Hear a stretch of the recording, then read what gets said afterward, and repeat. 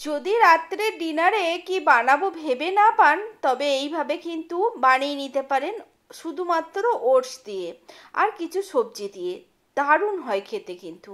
প্রথমে আমি এখানে আমার প্রয়োজন মতো 1 কাপের মতো ওটস নিয়েছি, আর নিয়ে নিচ্ছি হাফ কাপের মতো সুজি। যে কাপে ওটস নিয়েছি তারই হাফ কাপ সুজি নিয়েছি। এটা 3-4 জনের জন্য যথেষ্ট। এবার সুজি আর ওটসটাকে একটু মিশিয়ে নেব। তারপর আমি এর মধ্যে দিয়ে দেবো জল। প্রথমে আমি 1 কাপ জল দিয়ে ভালো করে মিশিয়ে নিচ্ছি সুজি আর ওটসটাকে। একটু শুকনো শুকনো হয়ে যাবে, কারণ ওটস আর সুজি দুটোই খুব জল টানে। তারপরে আবার একটু জল দিয়ে দিচ্ছি। এইভাবে একটু একটু করে জল দিয়ে পুরো ওটস আর সুজিটাকে মিশিয়ে নেব। একটু জল জল করেই কিন্তু মিশিয়ে নেব।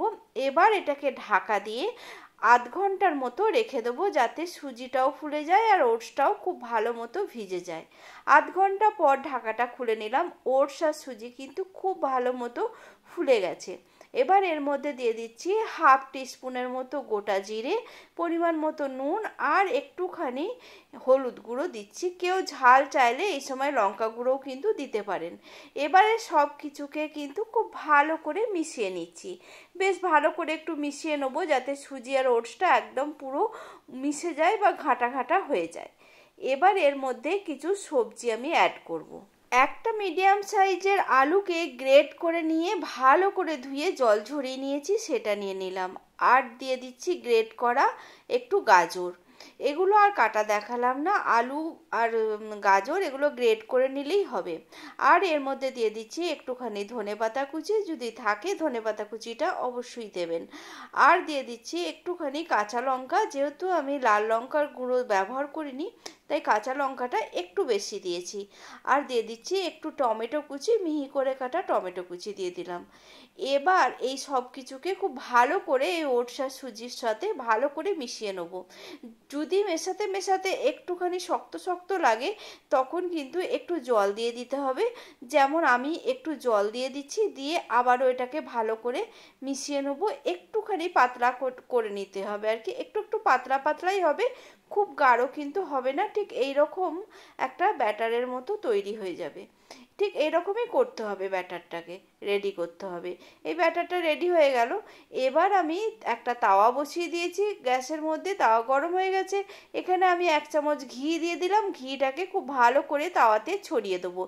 এই ঘিটাতেই কিন্তু পুরো সবগুলোই হয়ে যাবে, এর থেকে বেশি আর দেবো না। কেউ ঘি না দিতে চাইলে রিফাইন অয়েলও ব্যবহার করতে পারেন, তবে ঘি দিলে বেশি ভালো হবে, ফ্লেভারটাও আসবে আর খেতেও ভালো লাগবে।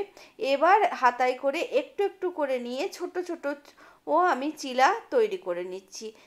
খুব বড় বড় না, একটু ছোট ছোট করে করে নিতে হবে। আমি এক একটা 3টে করে দিয়েছি একবারে, কেউ চাইলে 2টো বা 1টা করেও করে নিতে পারেন।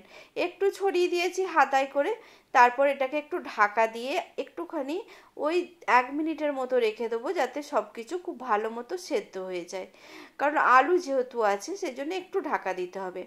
আবারও এটাকে উল্টে দিচ্ছি। এইভাবে উল্টো পাল্টা করে ভালো করে কিন্তু ভেজে নেবো, ভেজে তুলে নেবো। তারপর এটা কিন্তু যে কোনো সস বা বাদামের চাটনি কিংবা দই বা রায়তার সাথেও কিন্তু বেশ ভালো লাগে। খুব নরম আর সফট হয় এটা, খেতে কিন্তু দারুণ লাগে। ডিনারে বা ব্রেকফাস্টে যে কোনো সময়তেই কিন্তু বানিয়ে নিতে পারেন, দারুণ লাগে।